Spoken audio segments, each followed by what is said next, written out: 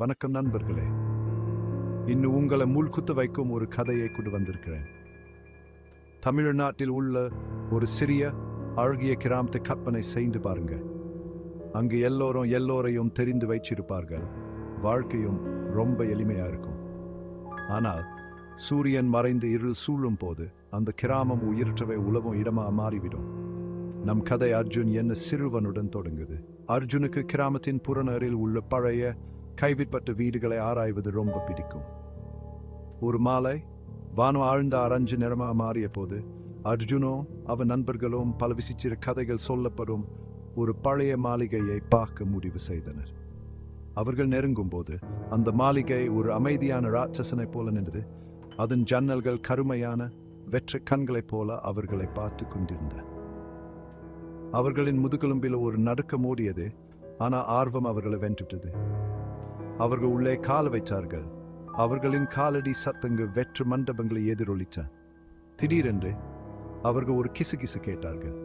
அர்ஜுன், அர்ஜுன். அது மிகவும் மெலிதா காற்று போல் இருந்தது. ஆனால் தவறவிட முடியாததா இருந்தது. சிறுவர் உறைந்து போனார்கள். அர்ஜுன் தைரியமா இருக்க முயற்சித்து, யார் அங்கே? எனக்கு சூப்பிட்டான். பதில் இல்லை. அவர்கள் தொடர்ந்து ஆராய்ந்தார்கள். ஒரு மூளையை திரும்பிய போது ஒரு நெல்ல சுவரை நகர்வதை பார்த்தார்கள். இதுங்கள் படபடக்க அவர்கள் அது பின்தொடர்ந்தார்கள். அது அவர்களை பழைய தூசி படிந்த ஒரு அறைக்கு அழைத்து சென்றது. அறையின் நடுவில் சிலந்தி வலைகளா மூடப்பட்ட ஒரு பழைய ஓவியம் சுவரில் தொங்கியது.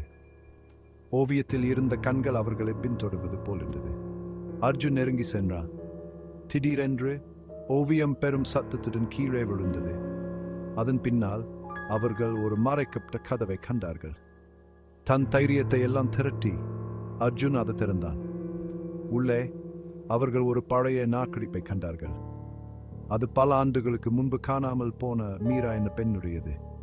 அந்த நாட்டுரிப்பு மீரா மாளிகை பற்றிய ஒரு ரகசியத்தை கண்டுபிடிச்சதாகவும் அவள் தப்பிக்க முயன்ற போது காணாமல் போனதாகவும் வெளிப்படுத்தியது. அவளுடைய கடைசி பதிவு ஒரு எச்சரிக்கையா இருந்தது. நிழல்களை பற்றி எச்சரிக்கையா இருங்கள். சிறுவர்கள் இதயங்கள் பரபரக்க மாளிகையை விட்டு ஓடினார்கள்.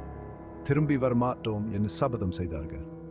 இன்னும் கிராமவாசிகள் மீராவின் ஆவி இன்னும் மாளிகையில் உலவுவதாகவும் அதன் ரகசியங்களை பாதுகாப்பதாகவும் சூடுகிறார்கள். அடுத்த முறை காற்றில் கிசுகிசுப்புகளை கேட்கும் போதோ அல்லது நிழலக நகர்வதை பார்க்கும் போதோ அர்ஜுனையும் அவன் நண்பர்களையும் நினைவில் கொள்ளுங்க. கிராமத்தில் பல ரகசியங்கள் உள்ளன. அவற்றில் எல்லாம் வெளிப்பட விரும்புவதில்லை. கேட்டதுக்கு நன்றி. இந்த கதையை நீங்க விரும்பினா மேலும் பல விசித்திர கதைகளுக்கு லைக் செய்து சப்ஸ்கிரைப் செய்யுங்க.